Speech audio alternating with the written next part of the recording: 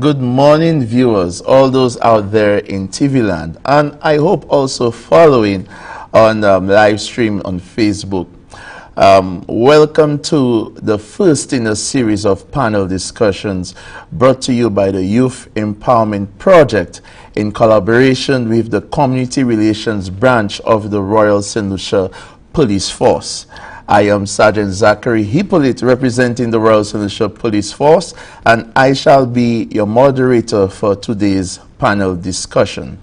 Before we move on, let us hear the national anthem, renditions of the national anthems from the countries being represented today.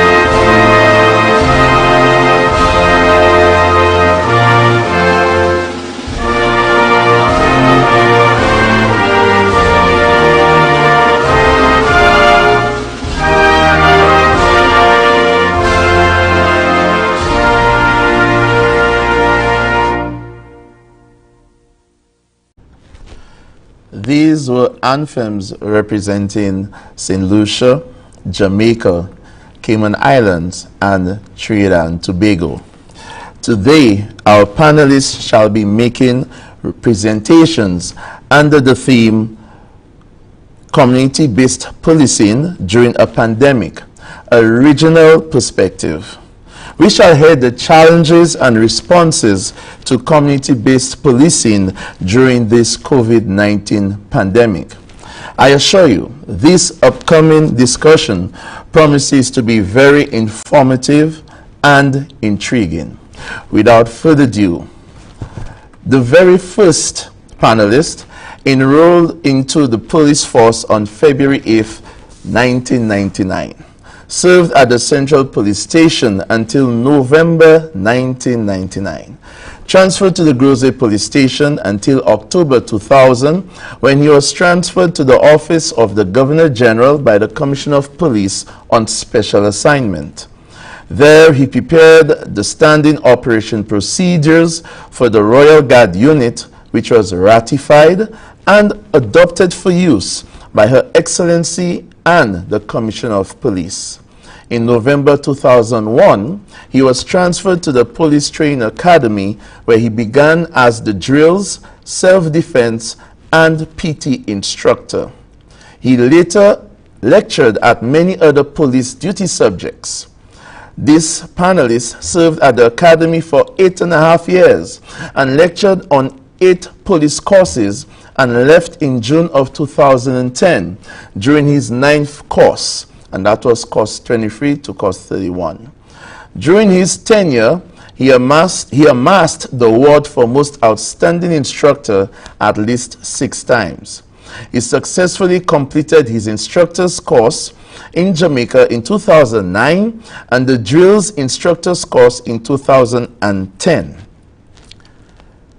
He was once again also transferred to the office of the Governor General in 2010, where he headed the Guard unit as the officer in charge of security of Her Excellency Governor General until September 2017. He assumed the position at the leadership of the Community Relations Branch in February of 2018 to present. Being there, he established the Neighborhood Watch program and offers pertinent training for the business sector in robbery and loss prevention. There has been a significant increase in the school visits and improved relationship with ministry and school officials.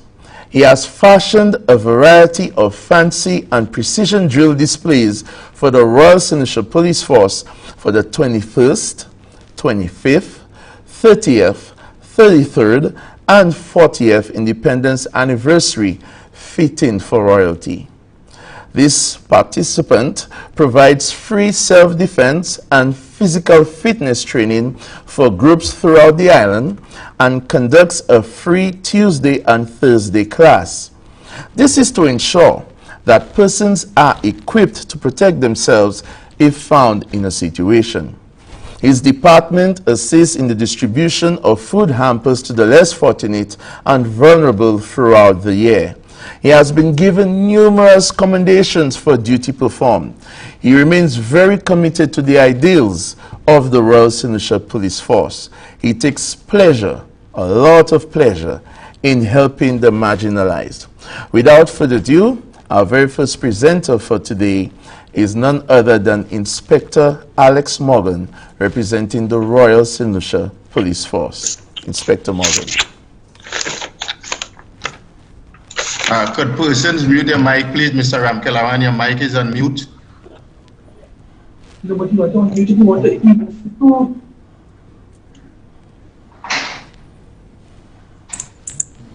Calling Inspector. That's why I unmute my mic. I know it's okay. No. I send a message in Inspector Alex Morgan, are you ready to present? Yes, I am. Okay, please go ahead. Is my screen up?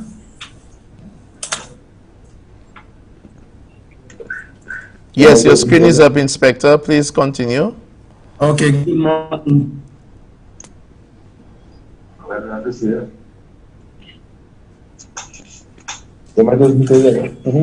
The challenges our department is supposed to be looking into the challenges the community policing department, Royal Solution Police, had to make to adjust to the constraints of the COVID-19 pandemic, the best practices, pitfalls, and the experiences.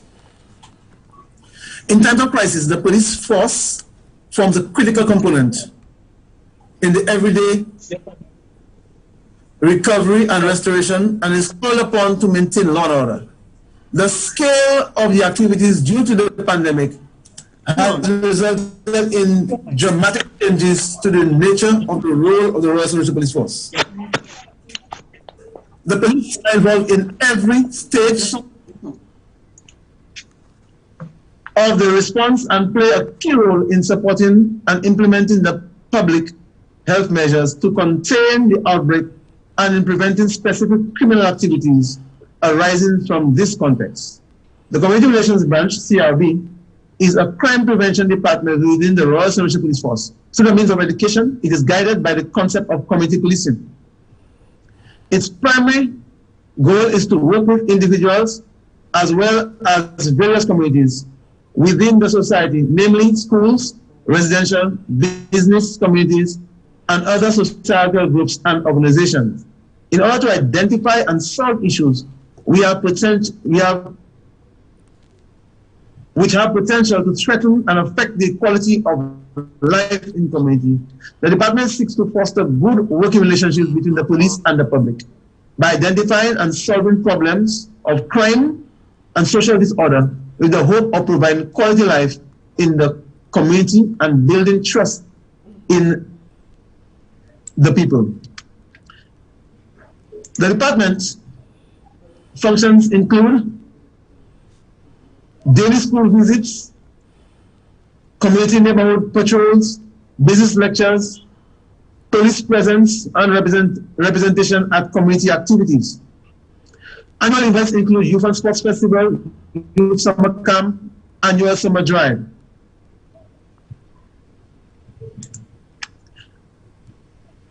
To sensitize the business sector on basic crime prevention,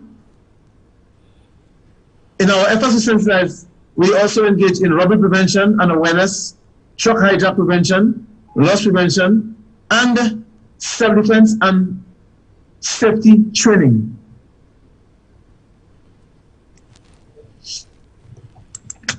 The Police Youth Club, however, one of the major activities of that expansion of the Police Youth Club through the major recruitment campaign in the south of the island. The expansion would introduce the parenting consultation and early crime prevention activities and to restore the trust between the police and the community. And it's through the expansion of the Youth Club, introduce the parenting consultation, early child prevention activities, and restore community trust. These are some of the ideas that the Youth Club was engaged in. Then you have some of the operational adjustments that we had to undertake. Through this public outreach, police officers were reassigned and required to serve at various departments in new capacities. As a result, officers did their best to connect with them and maintain contact with those affected, nonetheless enforce the laws that they are charged to uphold while observing the protocols.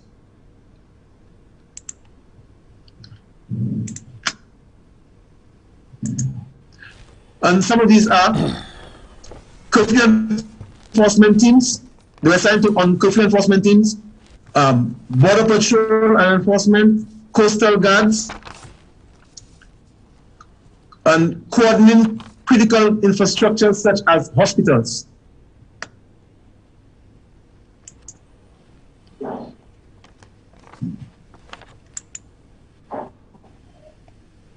Then you have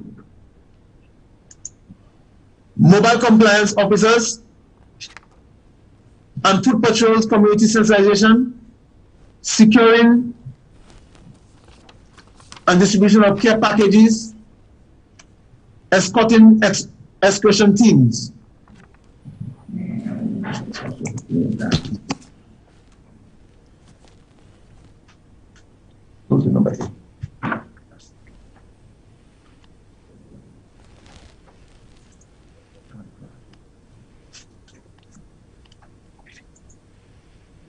Okay, management of containment areas, fostering improved relationship. Lectures which was done on a face-to-face basis were changed to pre-recorded classes, Zoom lectures via Google, or lectures done via Google Class.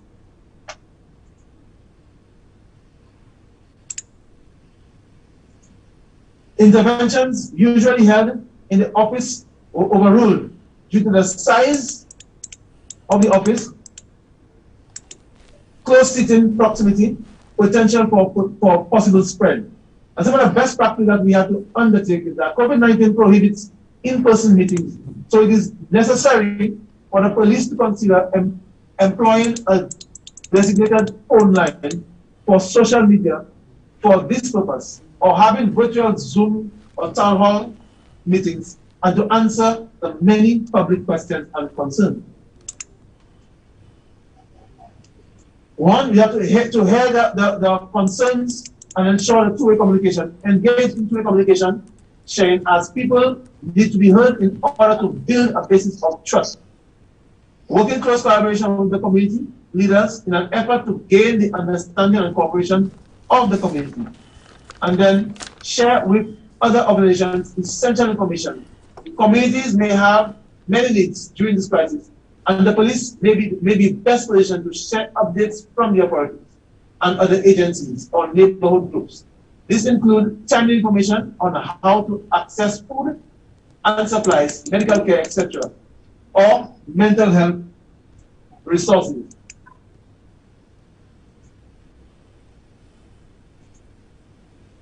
Actively respond to false information or rumors. Social media as news source makes it very easy for faulty information to spread. Reinforce and affirm correct information from local government sources wherever possible, and be courteous when correcting community members, as they may not know that the information passed on was in fact false. Utilize virtual platforms. If it is unsafe for the community to travel or gather, schedule virtual events to take the place of regular scheduled community meetings. Maintain personal relationships. The community members should not feel abandoned during times of crisis. Maintain regular contact with the most vulnerable members of the community, such as the seniors and those with disabilities or language barriers, can be achieved through simple actions such as calling individuals or their caretakers and checking in. All these, some of the operational procedures to follow when allowing visitors into the police premises, these two have to change in order for not just the safety of the public, but the safety of the police officers working in there. All visitors must be considered as potentially affected by COVID-19. Therefore, all preventative measures must be taken accordingly. Nevertheless, full respect of human rights principles should be considered. Nevertheless, visitors should be allowed to visit only specific areas identified within the police premises, preferably one office just dedicated for such purpose.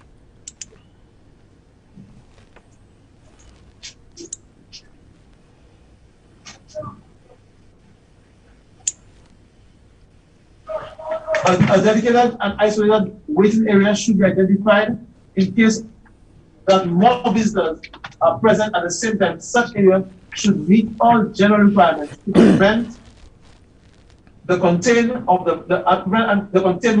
contamination of the virus. Any interaction with police personnel and others should occur only in the designated areas.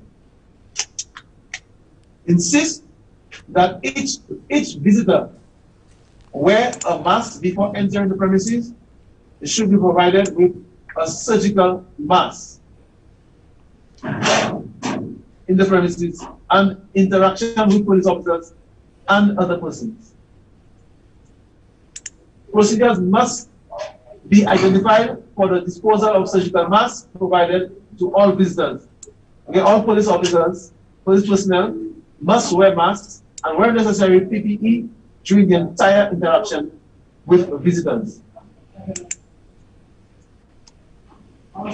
It is a command responsibility to ensure that all police personnel and civilians working for police inside the premises receive proper and regular training on these operational procedures. Some of the pitfalls that we experience: the police in these instances felt pressured in their responsibility and unable to conduct their regular in-person engagement and events. Just meeting with people, even when you want to assist in addressing concerns, you still have to maintain your distance. And that proved difficult for some persons to understand in the beginning. Possibility of exposure due to contact if the police is negligible. Based on varying situations, police may encounter during normal operation. And some of these were fights in progress, unlawful gatherings, unauthorized activities, handling the defiant, intoxicated, or mentally challenged person. Those in the beginning proved difficult to believe as to how to handle them. Scheduled community activities and meetings were disrupted and in most cases brought to a halt. Community members who regularly organize and attend safety meetings or events with the police found it impossible to do, especially at the infancy stage of the pandemic. Scheduled community activities. Set the example. Officers maintain a 6-foot distance and wear a mask. If we're asking persons to observe the protocols, we ourselves are supposed to set the example by ensuring that we do the same and even keeping our mask on our face when we have to speak to persons. That was a challenge we got, and people challenged us to make sure officers hold their mask. Set the example for another one is adhere to improve police legitimacy and public trust. Adherence to these rules not only is critical or crucial for the police officer and the public safety, but improve the trust in the police.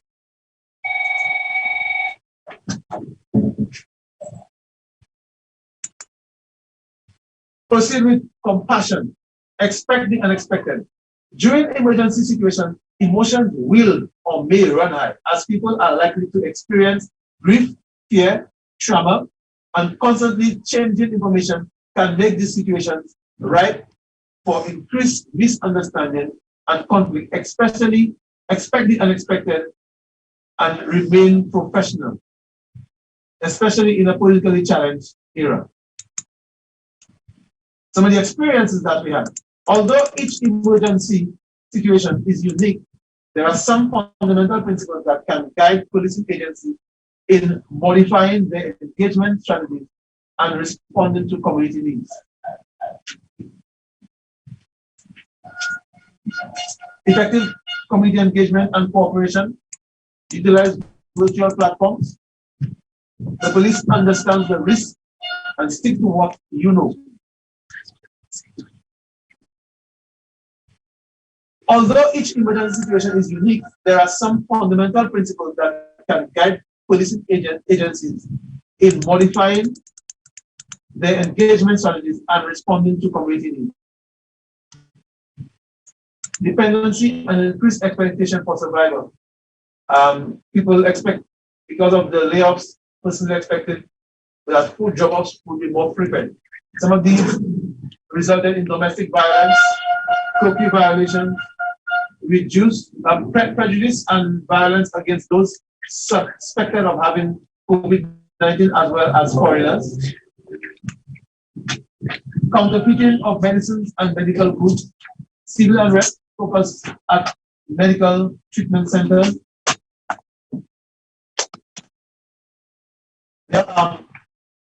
looting due to impatience at food distribution centers.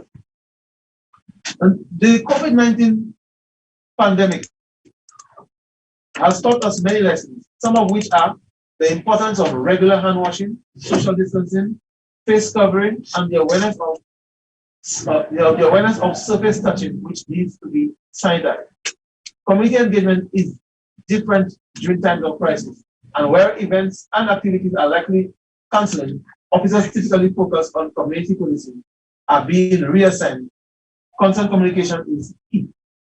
The communities and police are likely experiencing significant trauma, including grief, fear, and displacement, must cooperate in order to achieve the objective. We are to set examples for which we expect the community to comply. I thank you.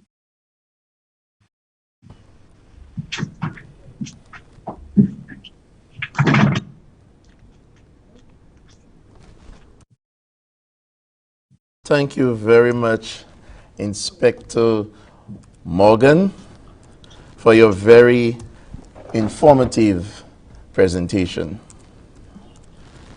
Okay, let's now move on. Second. You know, sometimes technology wants to not cooperate. Just give me a minute. Okay, here we go. Okay, let's continue, viewers. We shall now have our second presenter.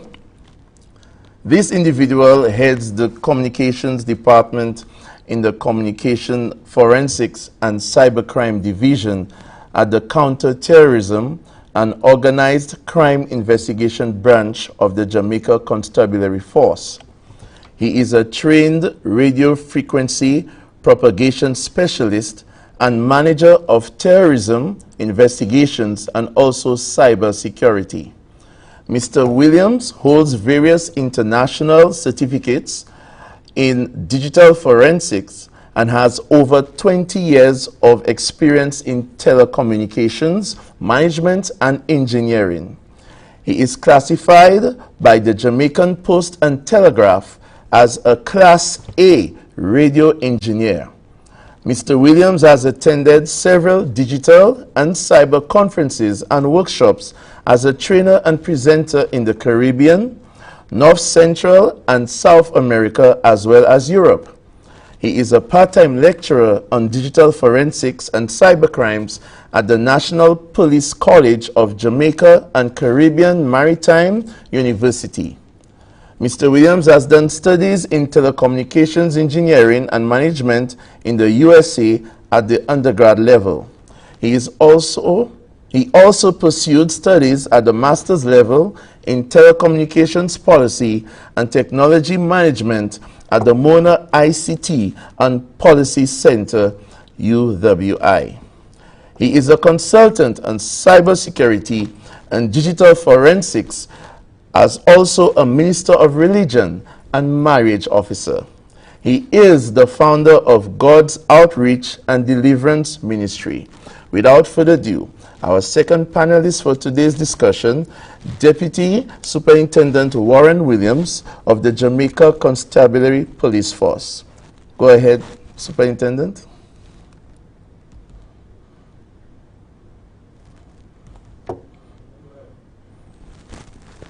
Unmute myself. Sorry about that. Pleasant morning. Is everyone hearing me? Can everyone hear me? Yes? No? Yes, we are hearing you. Yes, we are hearing you, yes. Mr. Yes, we are hearing. Well, my greatest pleasure to share with this program, which is a youth empowerment project. It's indeed my greatest pleasure to share.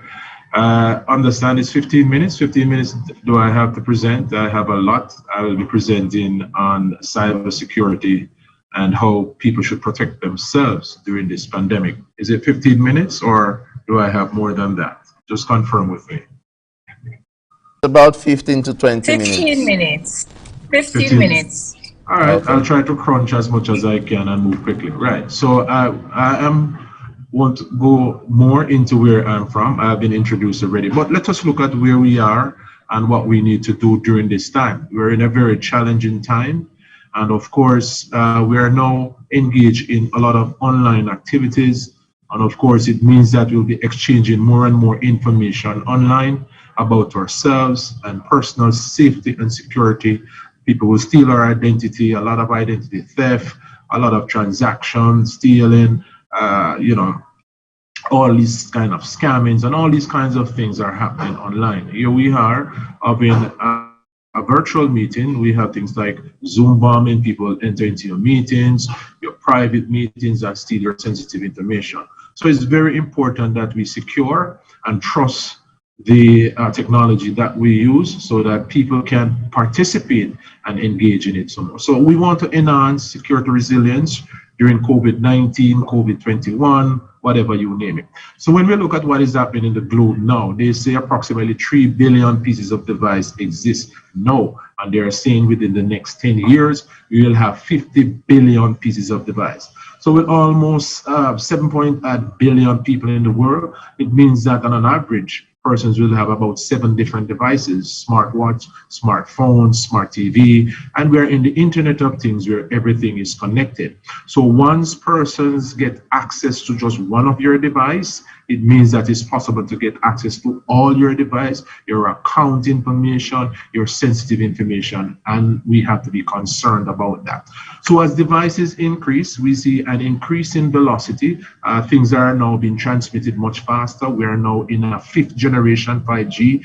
Volumes of data have increased. We now walk around with computers in our pocket with just about everything about ourselves, about our company, about our homes, about our family, and it varies in variety. So there is a concern, and as we see technology increases, we have to pay attention to securing our personal device in our personal space, because we are all connected, and once people like me who are trained and outside of me get access to your device, whether at the police department, Ministry of National Security, government, it means that sensitive information can be exposed unnecessarily. So technology and innovation has increased, and there is a paradigm shift because of COVID-19, and there was a plan even before COVID-19 that most things that will be done. Since 2015, everything should be fully digital. It means that what we do by land, sea, air, and in the digital space, there is a paradigm shift. So we see a lot of e-business going on now, a lot of e-services. People have to be doing business online. It means an increase in volumes of data. And of course, there is an increase in cyber crimes. What is cybercrime? Cybercrime is using your digital device, whether your smartphone, your computers, your laptop, with a network, the internet. All of us use the internet, whether it's local or public. It means that one persons are attached to a network, they have access to your personal and sensitive information. So we need data security, and we need legislation to assist us as law enforcement person to enforce, such that persons can have security, privacy, and trust in the technology that we now use. So cyber strengthening of data protection is important. It means that on your computer, you may have virus protection, you may have firewall. All of these things has to be firmed up, because once there is some sort of vulnerability, weaknesses in your system, if I should show you a tool right now, you could see on a constant basis, 24-hour, persons are pinging and trying to access devices 24/7 to see if there are open ports, there are loopholes just to get into your system. So once you log on, it means that your systems can be exposed if it's not hardened and strengthened. So what's the impact of digital crimes that we are seeing in Jamaica and on the global space? It can disrupt, it can be destructive, but we're happy for it because it's beneficiary. Here we're in a pandemic and we're still able to communicate. We are in different jurisdictions, different parts of the world, and we're still able to share information. So it's a good thing because we're able to still carry on with our lives and businesses by using technology. So now that we're in the digital age, just about everything now is fully digital. We are in social media spaces. We are using Zoom. We are using Microsoft Teams. You name it. All of these things store data and store information somewhere. on a computer they call a server. You use Facebook, you use YouTube, all of this information is stored somewhere. Something about the police force, something about the government. But what if the criminals is unscrupulous? They can utilize it for nefarious activities. So we start to analyze and try to find, why do people get involved in these kinds of crime? So the drivers of digital crimes, either somebody is disgruntled, they've lost their job, they're upset with their bosses, and they do it for malicious purposes. They just want to get at some company, or just for monetary reward. Right. So what they do on a constant basis, while you walk around, while you connect to the internet, while you have your data services, they constantly scan your device to see there are weaknesses that they can access it. When they access your device, they take control. You don't even realize what is running on the background. They attack the device, and once they attack it, they can disrupt your operation and destroy your data. Now we're in a season where we call things like malicious and ransomware, where people can access your device, encrypt your information, and you'll have to pay, right? So we hear about people that works on the darknet. They call themselves the black hat. People that is in between, they call themselves the gray hat. People that are on the good side, like myself, they call ourselves the white hat. So you have heard about the dark web and the dark net. What is this? This is the underworld where organized criminal activity happens. You can't be a part of it, only people like myself who are trained. So drugs, guns, and now you're in COVID, you have all sort of fake, vaccines, all kinds of things are available on these kinds of networks. So forms of digital crimes that we have seen: extortion, ransomware, electronic fraud, a lot of identity theft. We are seeing a lot of scamming, espionage, companies spying on other companies, Zoom bombing, and all kinds of, virtual communication platform, data trafficking, business email compromise, because we send a lot of emails with attachment. People can intercept it and read the email, read the document, you name it, and business processes compromised. So there's a significant cost and loss to business. Looking at what we have in Jamaica, within a 4-year span, we can see over $3 billion worth of dollars would have been stolen, which is about approximately $7 million US. It is happening throughout Jamaica and throughout the Caribbean. So ransomware, as I said, is something that is significant. People are now accessing people's sensitive information. We have seen that it has caused significant business disruption, 59% according to Trend Micro in the year 2018. And this survey is showing that companies that have reputational loss, financial losses, all of these things are happening in the cyberspace. So another challenge is, as technology improves, 5th generation, things are moving much more faster. We are storing more and more information. We are forced, because of COVID-19, to participate in a virtual world where we share our banking online, our financial information online, we buy things online, credit card online, debit card online, school online. All of these are data that is stored somewhere, and if it's not properly secured, then it means we will be exposed to criminal activity. So the key threats is, as I said, business email compromise, business processes compromise. Let me just move. You see ransomware, and because everything is now connected, the Internet of Things, it means that it's easy. Once you get a lot of people, they use the same password for everything. So if I get into your smartphone, I get into your computer because you use the same password. I get into your account, you do banking online. I get into your banking information just like that. And that is why we advise about security. Security is important. So new targets, they use ATM machines because everything is now connected. The printer, all of these things are part of a network, and information and data is stored there.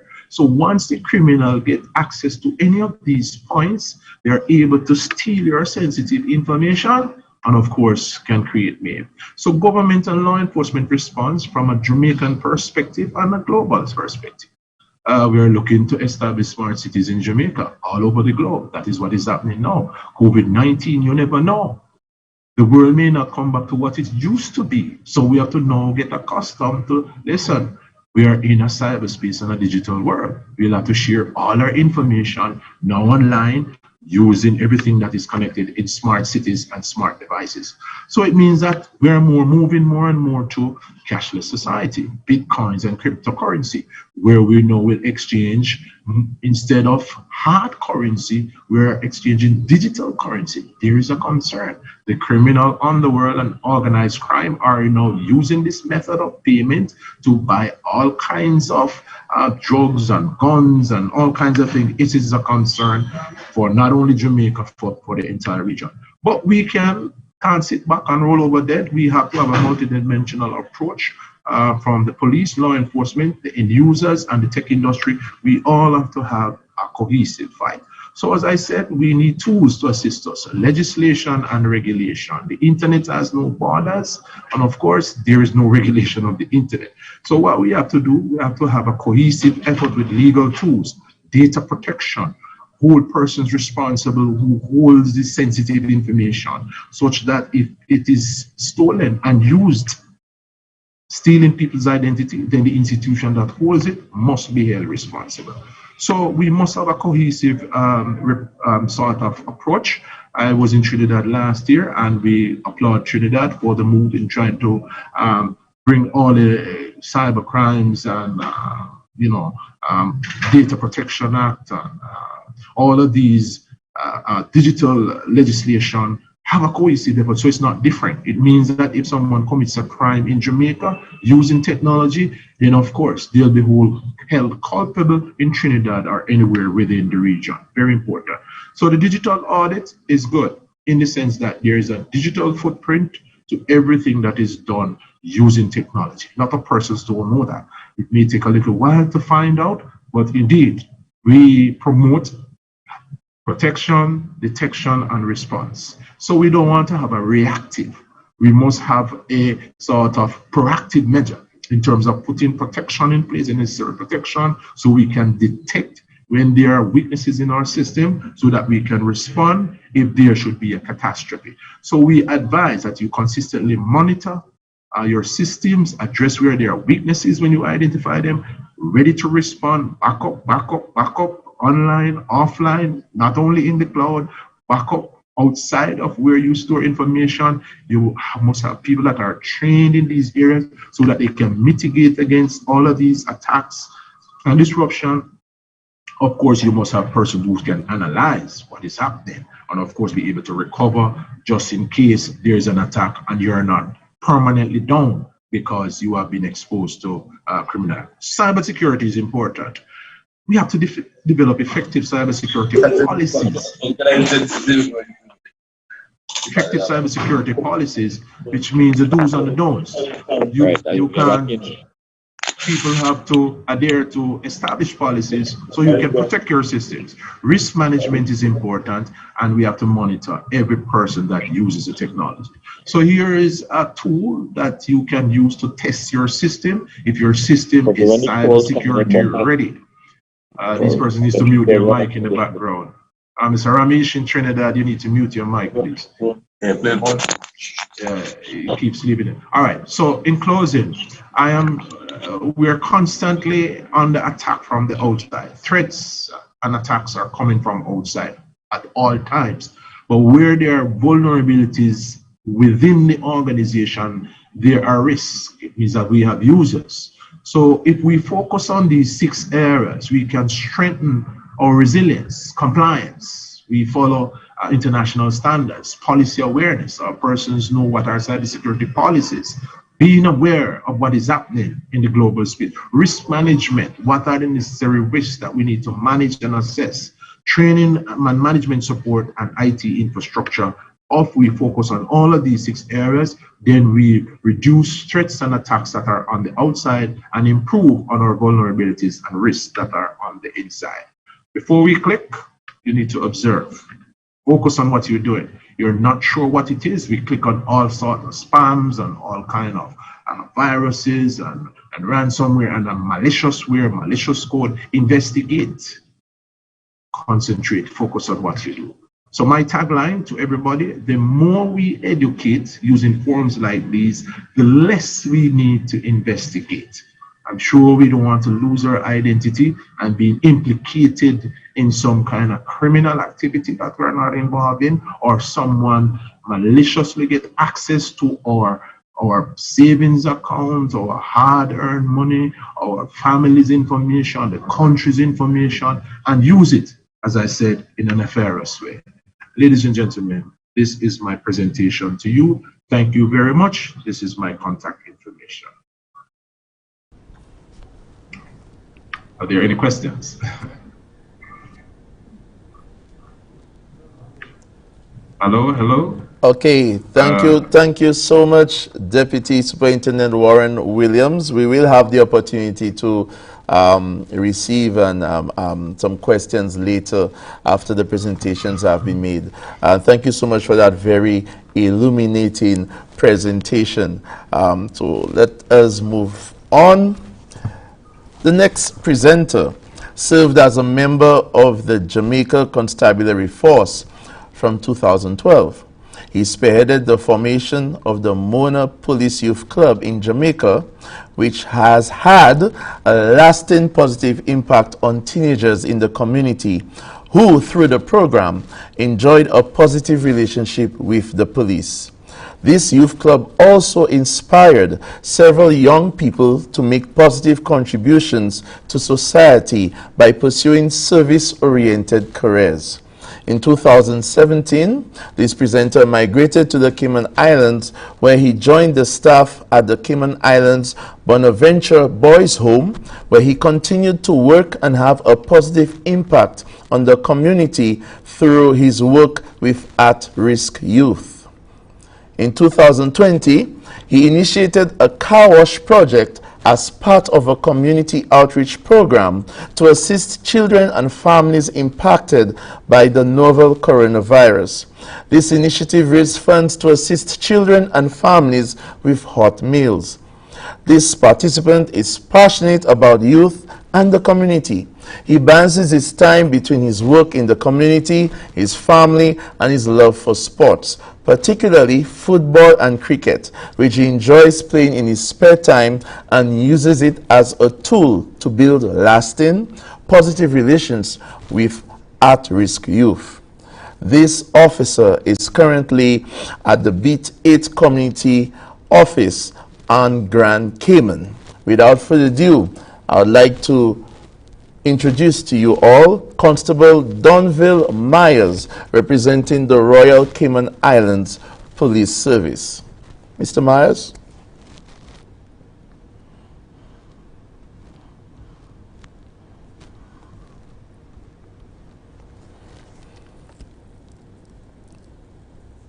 Are you there, Mr. Myers?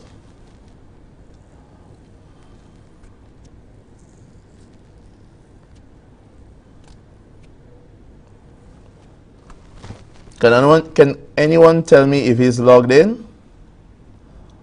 Or do we have technical difficulties? Okay, well, let us move on. Hopefully, we will be able to get in contact with Constable Myers as we continue this very informative panel discussion. Okay, so the next presenter, this individual, according to his bio sketch, is currently pursuing a Bachelor of Applied Science in Criminology and Public Safety at the University of Trinidad and Tobago.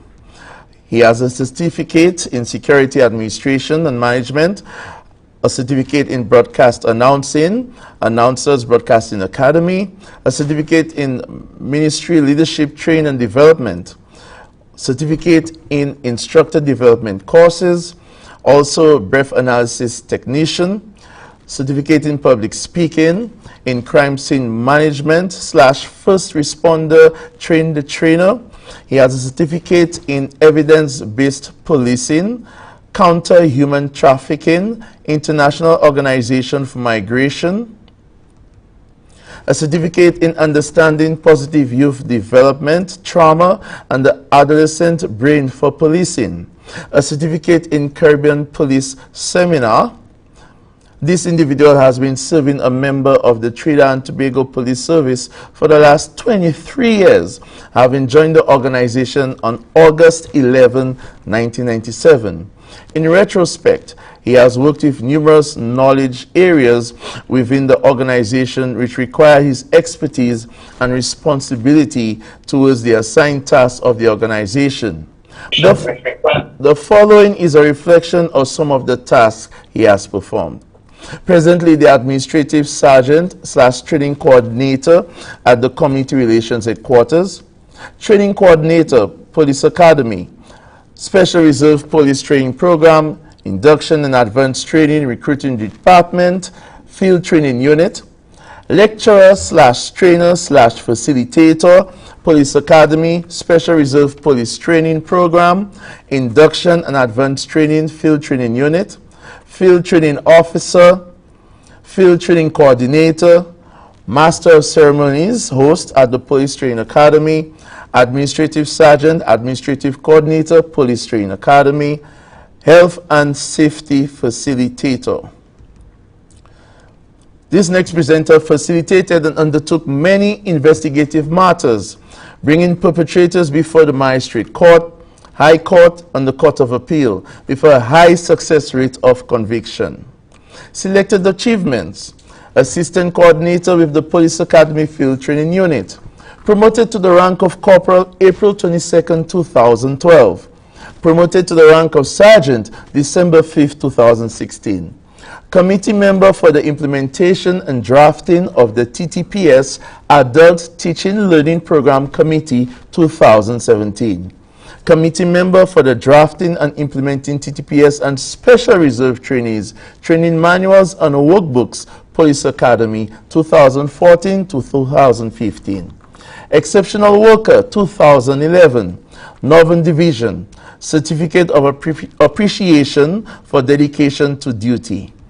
Aid to the Bronze Commander, Caribbean Heads of Government Meeting 2009, with responsibility for communications from the Venue Operations Center. Aid to the Bronze Commander, 5th Summit of the Americas 2009, with responsibility for communications from the Venue Operations Center. Awarded certificate and medal in recognition of the honorable public service during the hosting of the 5th Summit of the Americas 2009. Coordinating and cracking a major human trafficking ring in Trinidad and Tobago in 2013. Sports analyst / co-host on CNC3's On the Pitch cricket show during the Caribbean Premier League T20 cricket tournament 2015. In 2013, this presenter was transferred to the Trinidad and Tobago Police Academy, which serves as the main provider of training and development to officers of the TTPS at all levels and ranks, from a police recruit to the Commissioner of Police. To date, this presenter has trained thousands of police recruits, police officers, and other law enforcement professionals, as well as civilians, in varying academic disciplines on law enforcement methodologies in both Trinidad and Tobago. Having undergone many internal and external training, this participant was later posted to the following areas in the Police Academy: Police Procedures Faculty, responsibility for coordinating, training, and assessing trainees in all modules under said faculty. He was also responsible for coordinating, assessing, and managing precept exams for estate constables. Recruiting Department, with responsibility for screening, setting exams, medical fitness, polygraph, interviews, and orientation for all police participants. Field Training Unit, with responsibility for rostering and managing staff, coordinating and monitoring all activities under the field training program. Administration /training/PYC responsibilities.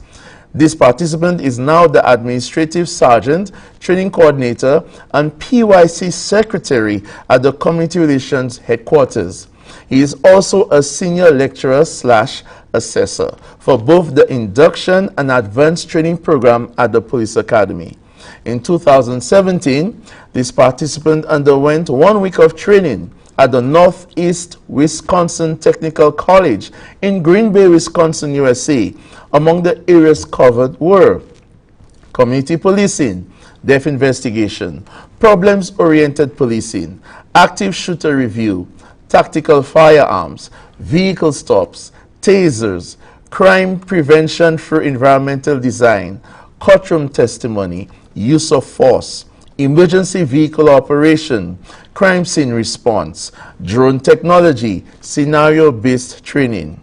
Also in 2017, our next presenter was selected to undergo 3 weeks of training with USAID in the area of the child justice procedure. This training is geared towards treating and handling children who comes into conflict with the law. Some of the topics and areas covered were the United Nations Convention on the Rights of a Child, the Riyadh Convention, the Beijing Convention, the Interagency Protocol, the Multi-Agency Protocol, Children Judges Rules, Children's Act 2012, Children Court Rules, Understanding Positive Youth Development. He is now a trained trainer in all of these areas and have trained thousands of law enforcement officers and other members of the public thus far. This next presenter is also a master of ceremonies with responsibility for hosting many functions in the TTPS, including trainees orientation, swearing in, graduation, passing out parades, and other police functions. He is also the co-host of the annual Trinidad and Tobago Police Service Sports and Family Day. This presenter is an ambassador of the One Spot Our Services campaign, ISOS, where he can be seen on Facebook and national television giving out rewards such as cinema tickets, soca tickets, to unsuspecting motorists caught doing the right thing through Trinidad and Tobago. This initiative is the brainchild of Mrs. Nicole Dyer Griffith, wife of Commissioner of Police, Mr. Gary Griffith. This next presenter is presently pursuing a Bachelor of Applied Services in Criminology and Public Safety at the University of Trinidad and Tobago. And without further ado, we now welcome Acting Inspector Kurt Callender of the Trinidad and Tobago Police Service. Mr. Callender.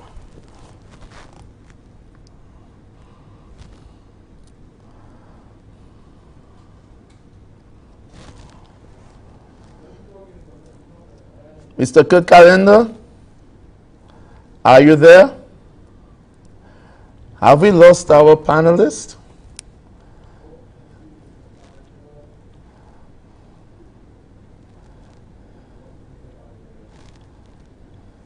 We seem to have been having some technical difficulties. Is he there? Okay, Mr. Callender, could you please start your presentation?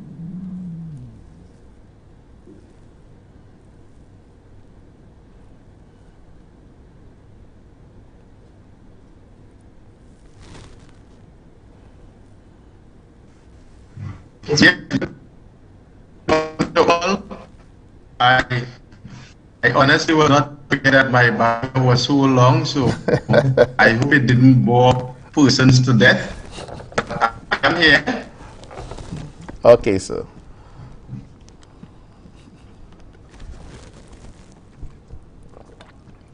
Right, so I am here along with my co-host, Acting Inspector JC Small, and we both will be doing the presentation together. Are you all hearing me to begin with? Yes, we are hearing you, Mr. Callender.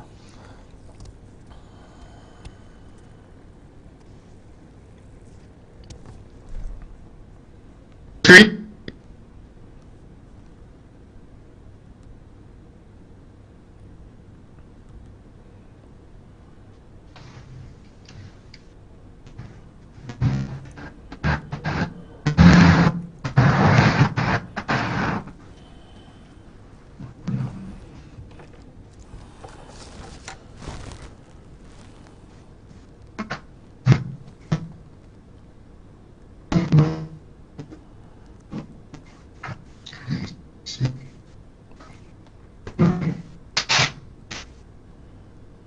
Somebody might not speak now. Somebody still there. Yes. Pleasant. Yes. Please go ahead. Small from the Trinidad and Tobago Police Service Community Relations Section.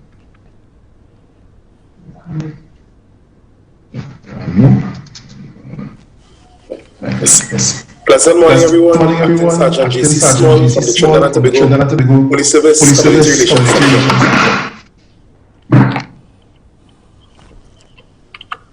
Community policing is a philosophy and an organizational strategy. Are you all hearing me? We have a bit of an echo. I'm not too sure if there's another mic that is on.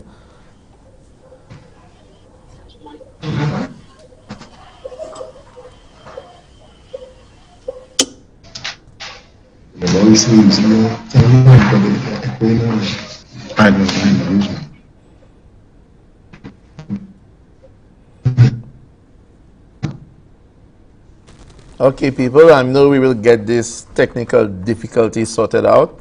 Just give us a couple minutes. Whilst the team from the Trinidad and Tobago Police Service get their presentation together. You know, apologies. Are you all hearing us?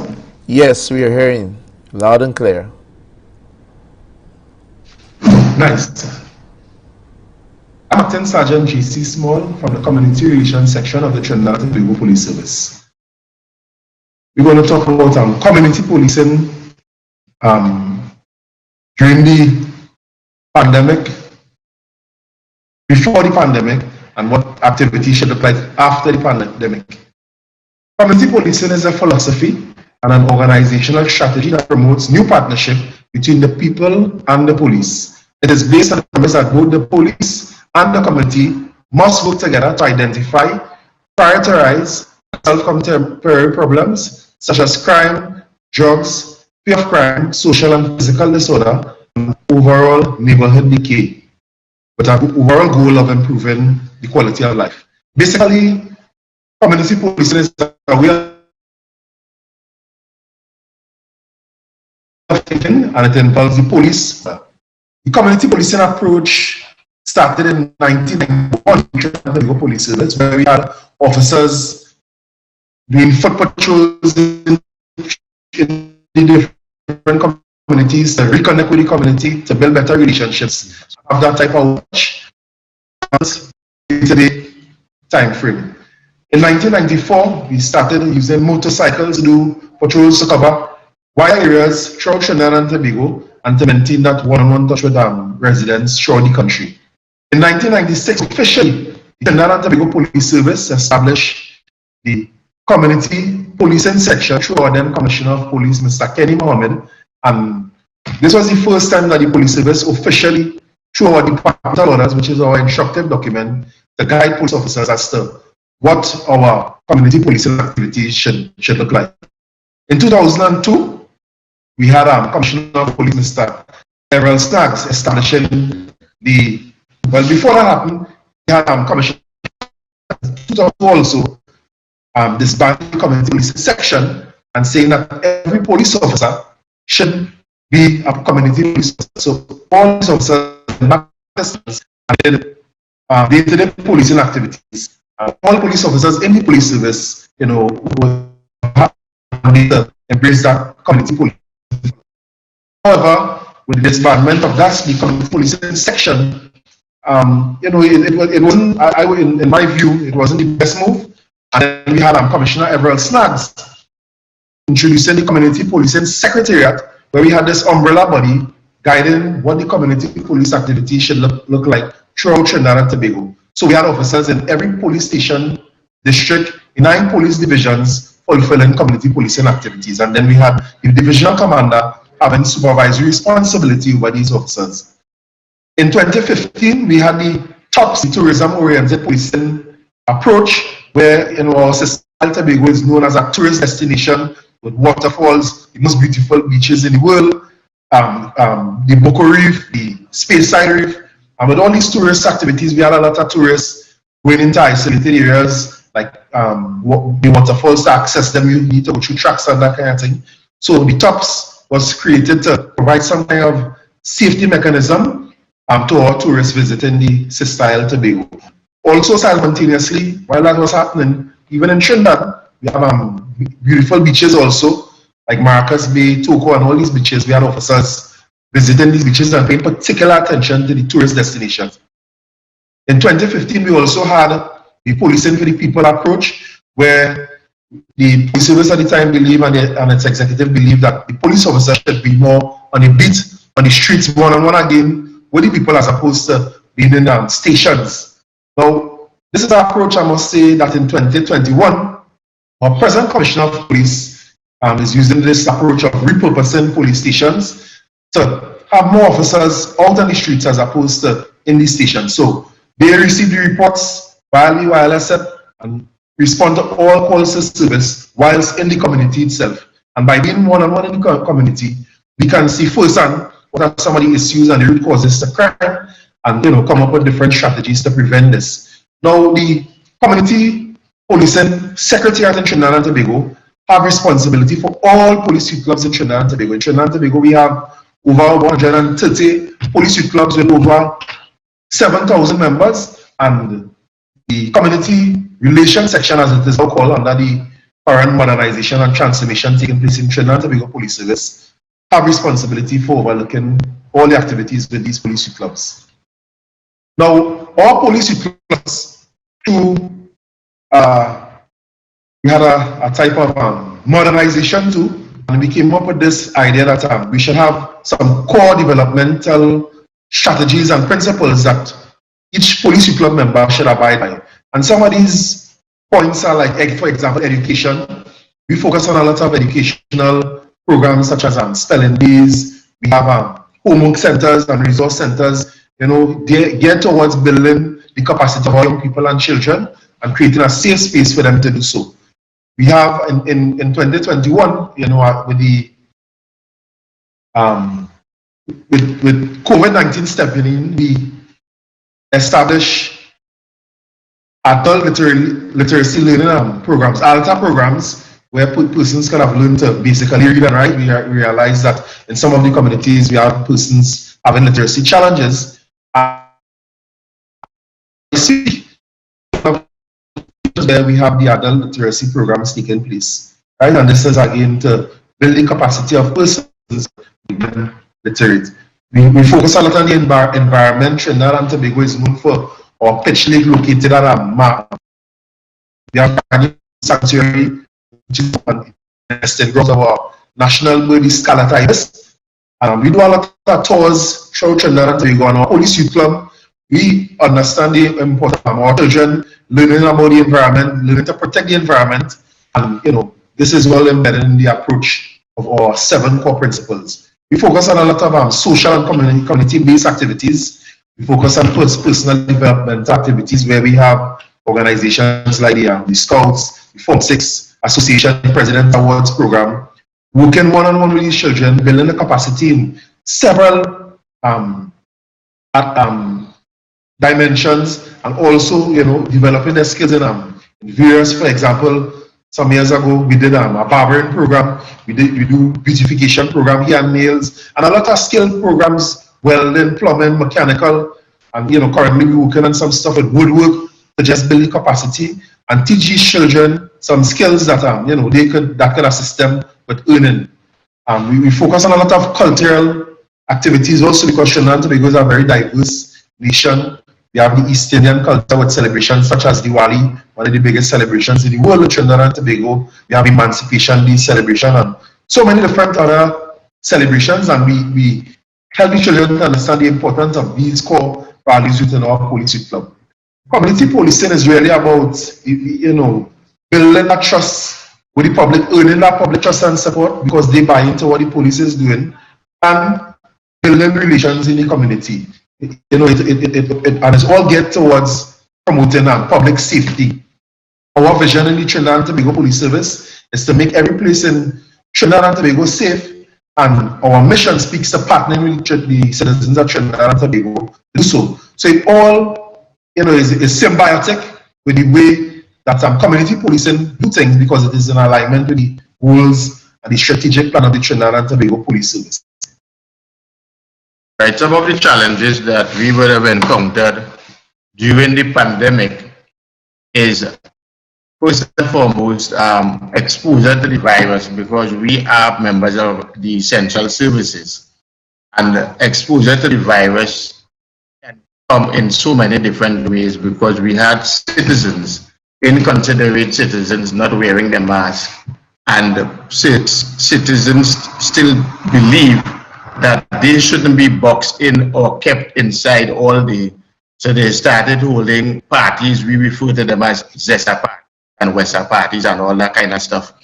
The other challenges we had were increase in reports of domestic violence, because persons who are either unable to go to work or probably lost their jobs, they are now in that same space with other persons in their household, and tensions could flare, tensions could rise, and so they were increased in reports of domestic violence. You had, as Mr. Small mentioned, the youth clubs, because of the fact that the youth clubs were dormant, as well as schools, that brought about some lack of supervision, and that was an opportunity for the criminal elements to continue their gang recruitment, because the gang recruitment has not stopped during COVID.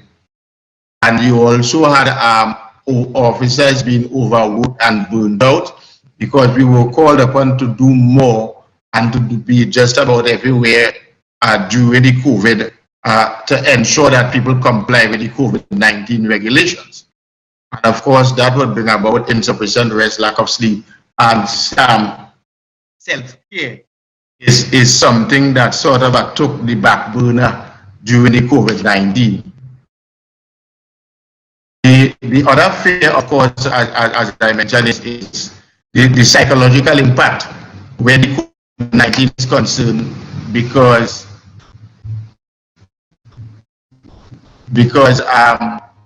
persons are unable to visit their families or relatives frequently because of fear of contracting the virus, and that would bring about some level of psychological impact. Fear of transmitting the virus to your fellow officers.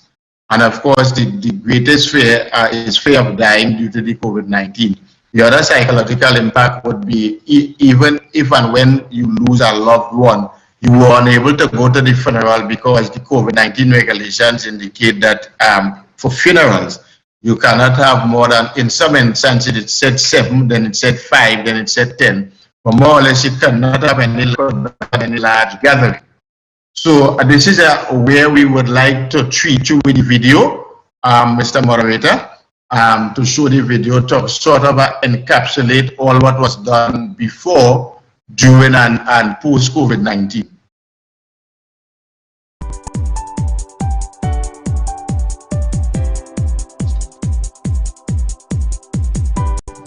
Before the COVID-19 pandemic, the Trinidad and Tobago Police Service, through its community relations units, which is spread across the 9 policing divisions, embarked on numerous community outreach activities. Some of these activities included attending and participating in career days at schools, universities, tertiary institutions, and other private entities. We also kept our youths actively engaged through several police youth club initiatives, namely the Commissioners' Cup Football Tournament, Commissioners' Games, cultural, educational, environmental, and social events, which is geared towards their overall personal development. In an effort to bridge the gap between the public and the police, the I Support Our Services concept was created. This is where unsuspecting citizens who were caught doing the right thing were rewarded with cinema tickets, stickers, vouchers, and tickets for carnival events. During the carnival season, community police officers interacted with persons at homes, schools, faith-based institutions, businesses, as well as the general public, handing out and giving safety tips and brochures so that citizens would not fall prey to the criminal elements. Due to the raging COVID-19 pandemic, life as we knew it changed exponentially.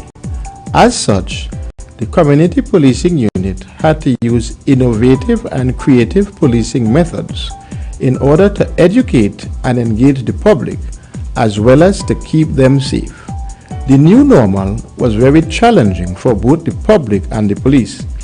Activities during the pandemic ranged from handing out over 20,000 care packages to the needy. Food security was also high on the agenda through aquaponics, and agricultural projects. Beautification of the environment through SEPTED model was also undertaken. Our youths were introduced to chess tournaments as well as FIFA 21 virtual tournaments. Other activities during the COVID-19 included the mobile Christmas street with a difference. This is where community police officers, along with external stakeholders, undertook the task of being Mr. and Mrs. Claus, including our very own Superintendent Ramkilawan. Several toys were distributed whilst on patrol during this rather interesting venture.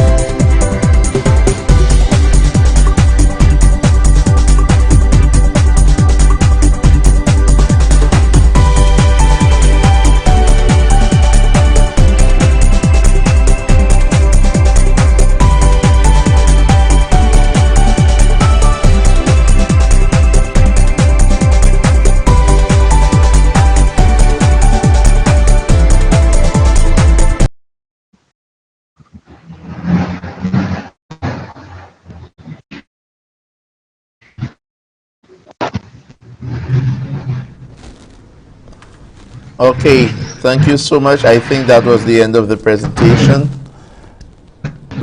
from the team of the Trinidad and Tobago Police Service. Thank you so much for your very enlightening presentation. At this point in time, we shall... Thank you very much. Anytime. Continue with our presentation. To say.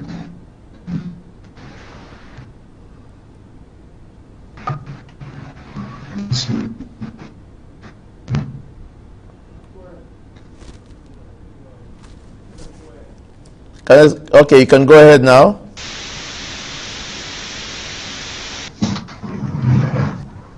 Right, so just a recap of if the video was clear, we had over 20 packages because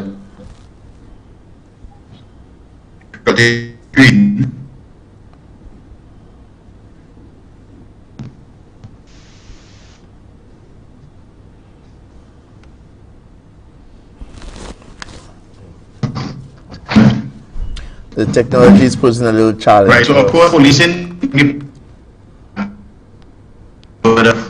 visited a number of schools in the district. Community policing district established watch groups, assisted schools in their hamper distributions, and going to the business community that they are safe.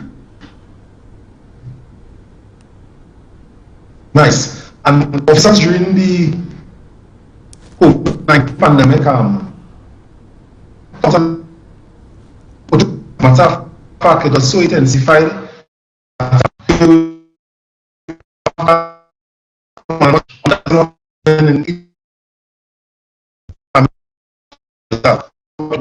What was immediate needs?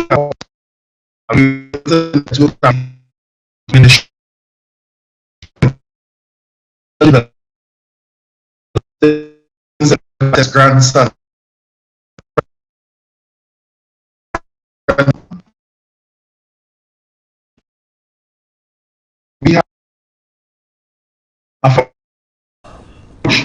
For some reason, the communication has a lot of break. The government, various ministers, so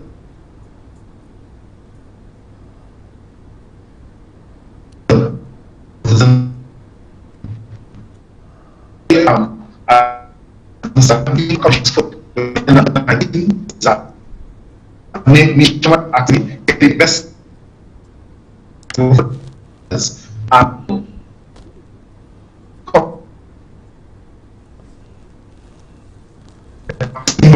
what is that tournament that's in discussions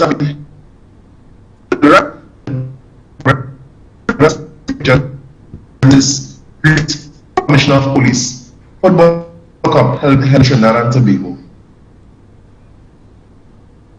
Right, some of the recommendations that we came up with as a result of what we experienced during the COVID-19 is to place greater emphasis on self-care for law enforcement officers.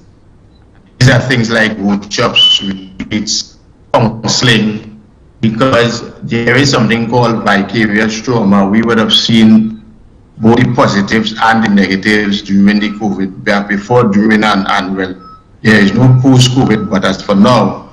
So we have since recommended a number of self-care initiatives for police officers. We also have recommended and have since embarked on training for law enforcement officers and the general public, because prior to coming here, 22 officers from the Community Relations Unit in Trinidad were working, and they were trained to go back to their respective 9 divisions to pass on that knowledge and information that they learned. And we're also looking at a multi-agency partnership, because agriculture and farming is something that can be used to reduce the food import bill, skills-based and entrepreneurship, because persons would have lost their jobs. And to have these skills done virtually, and in some instances physically, because there's some easing up of the COVID-19 restrictions in Trinidad and Tobago now. Persons can take that skill and now earn a living through a number of, also looking at law enforcement partnership similar to this. We're having a training program, exchange program, panel discussion like is happening now. Our very good friend from Jamaica spoke about cybersecurity and youth development and collaboration through the police unit. So, pretty much has brought presentation to an end. Very much for being very patient with us. That is the end of the presentation from Trinidad and Tobago. We thank you. Thank you. Okay, thank you so much, Mr. J.C. Small and Kurt Calendar from the Trinidad and Tobago Police Service.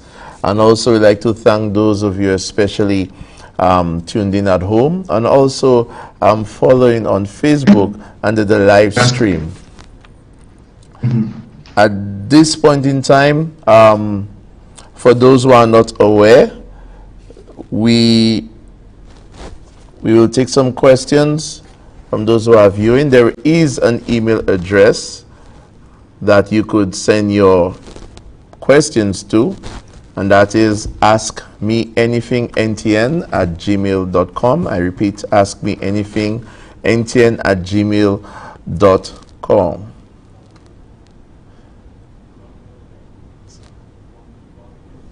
Okay. So, is Donville ready? Okay.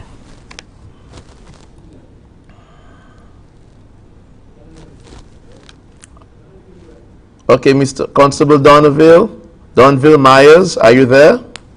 Yes, sir, I'm here. Okay, could you please go ahead with your presentation?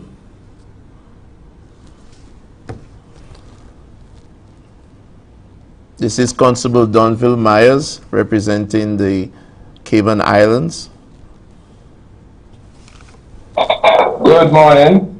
As was introduced earlier on, I am Constable Donville Myers from the Royal Cayman Islands Police Service, member of the Community Policing Department. Now, this morning, my task is to enlighten you of the psychological effect of COVID-19 on our youth and our response.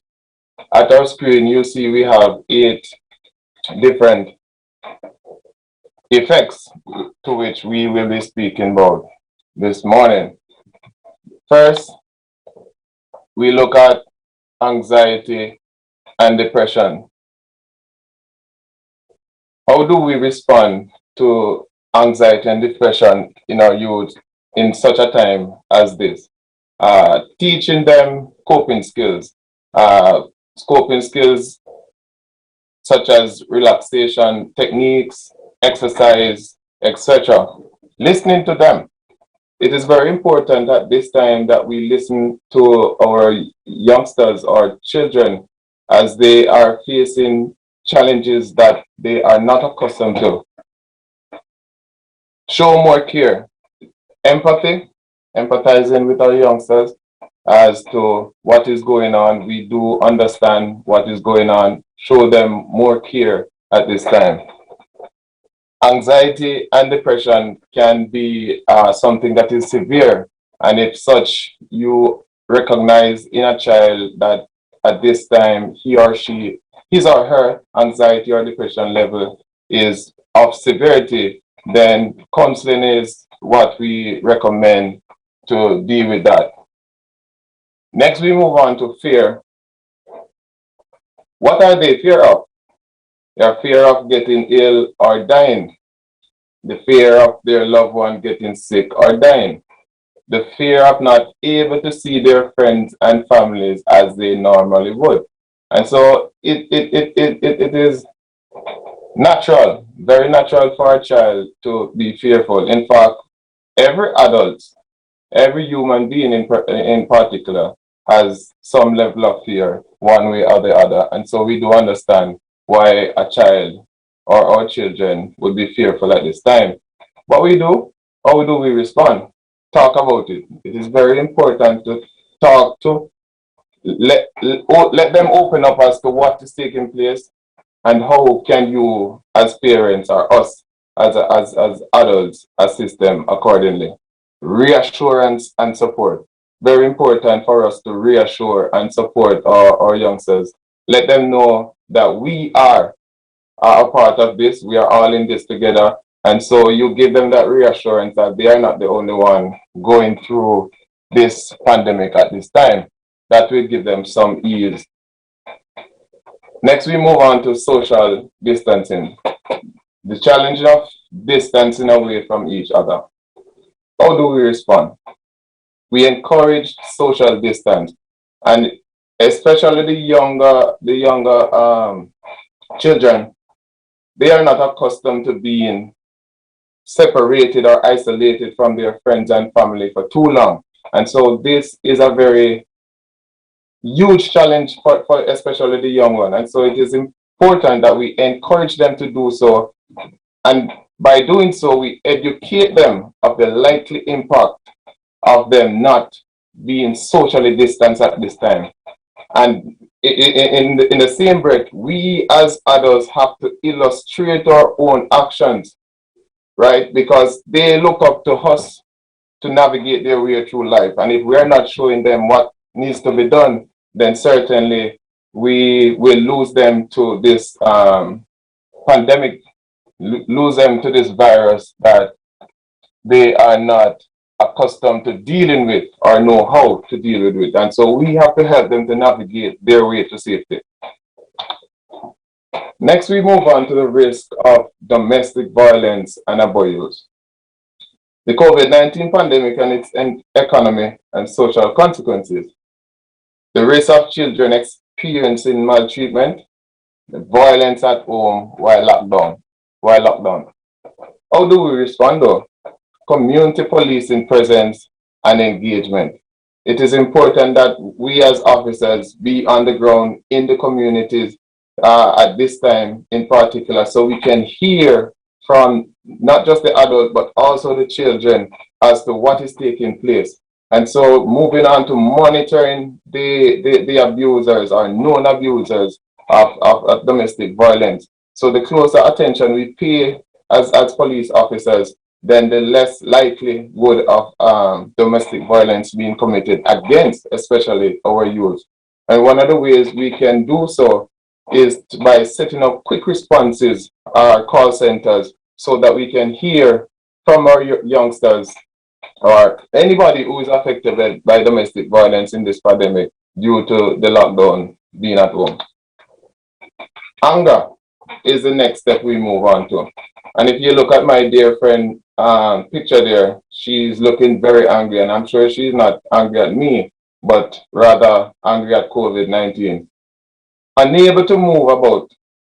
They're angry because they're unable to move about, angry because of wearing a mask, angry because they are unable to see their friends and families. But how do we respond? Again, the word empathy comes about.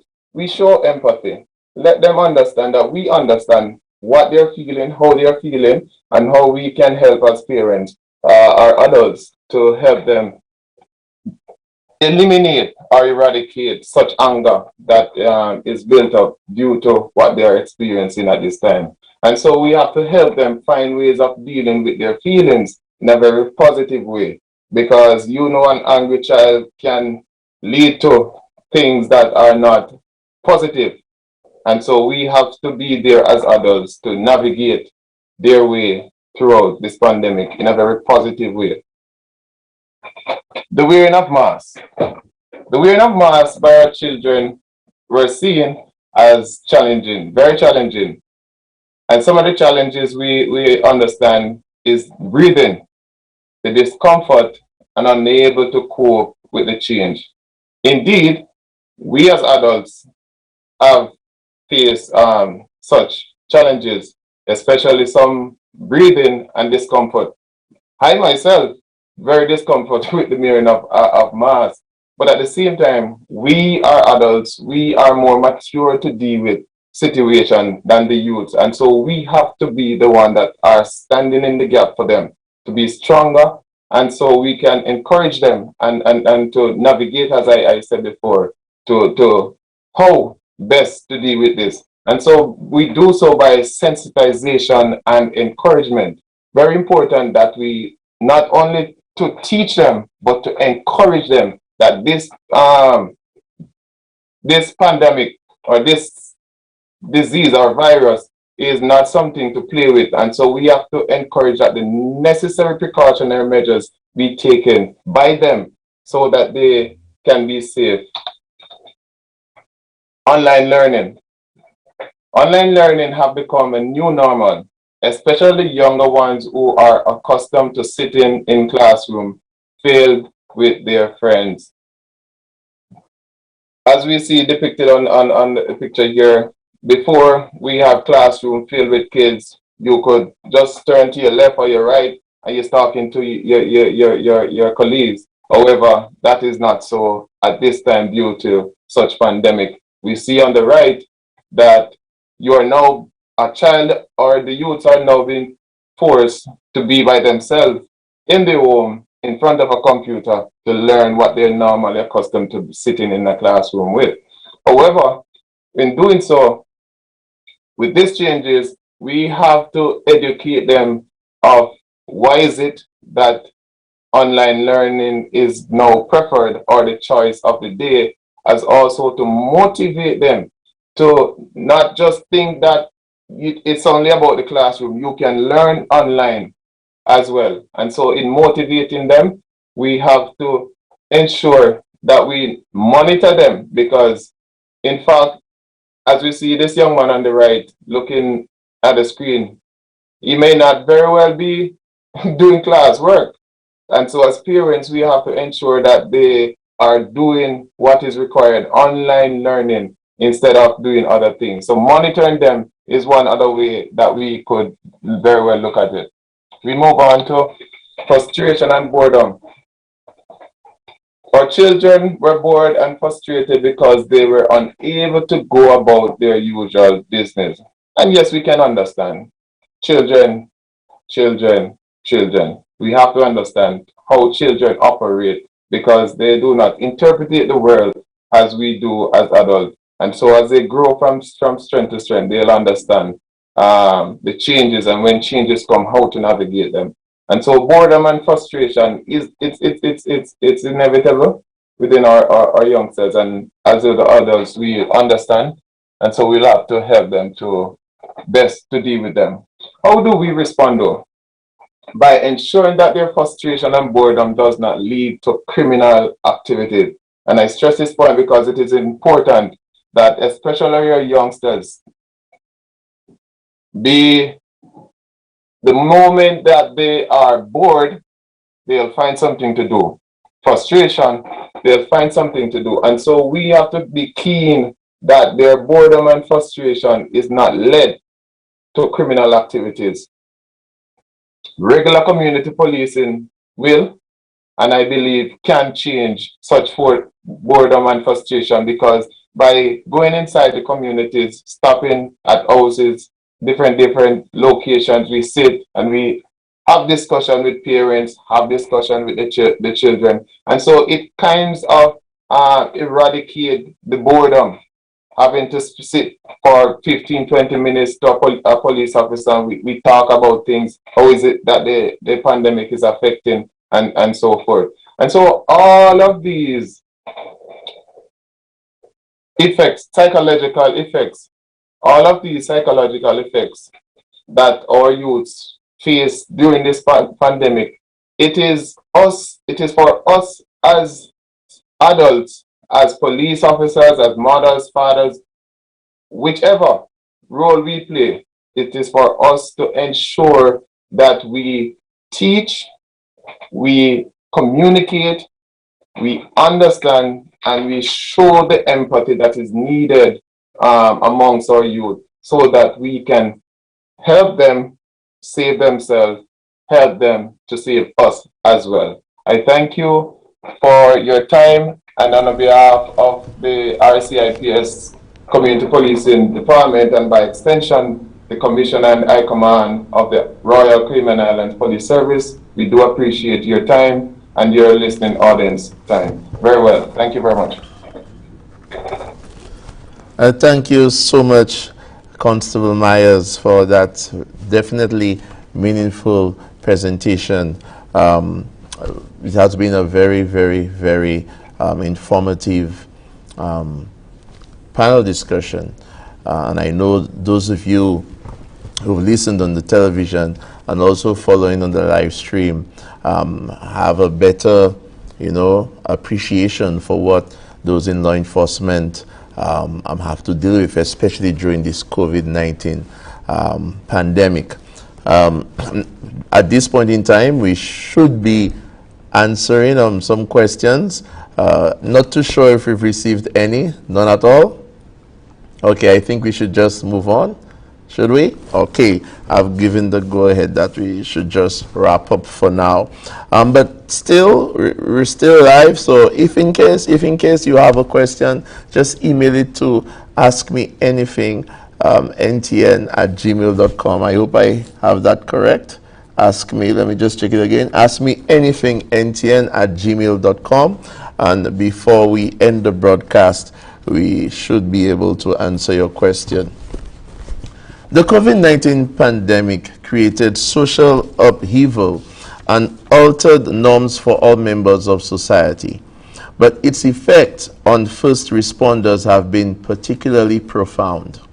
Law enforcement officers have been expected to coordinate local shutdowns, encourage social distancing, and enforce stay-at-home mandates, all while completing the responsibilities for which they are already understaffed and underfunded.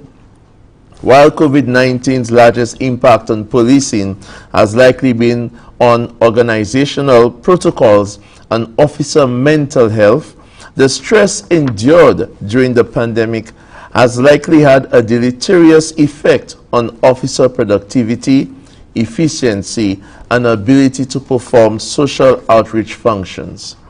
We salute law enforcement officers in the region and around the world for their dedication and unwavering commitment to duty, despite what will go down on record as the most challenging era in law enforcement.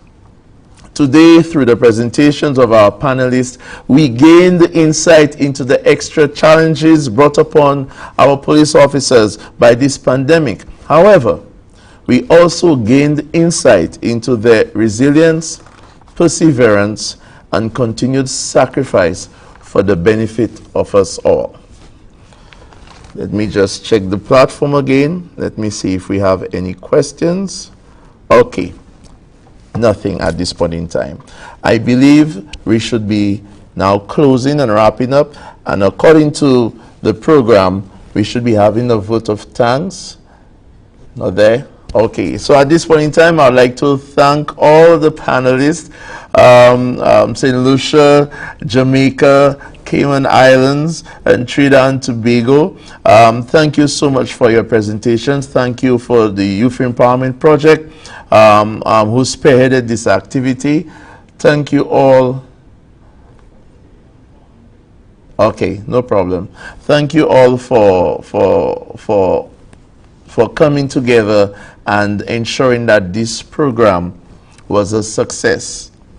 On behalf of the Royal Essential Police Force, the Community Relations branch of the Royal Essential Police Force, I'd like to thank you all, and please continue to stay safe during this COVID-19 pandemic. Thank you, panelists. Have a good day. My pleasure, sir. My pleasure. Okay. Thank you, pleasant everyone. Thank you, pleasant everyone as well. Great presentation by all. Thank you very much, everybody, and please stay safe, and hope that we meet again very soon for a continuation in this wonderful program. May God bless and keep each and every one of us and our countries. Excellent. Right, we are looking forward to more collaboration with you guys, our regional law enforcement officers. Okay, thank you once again, everyone. We have now come to the end of our broadcast. Please stay safe.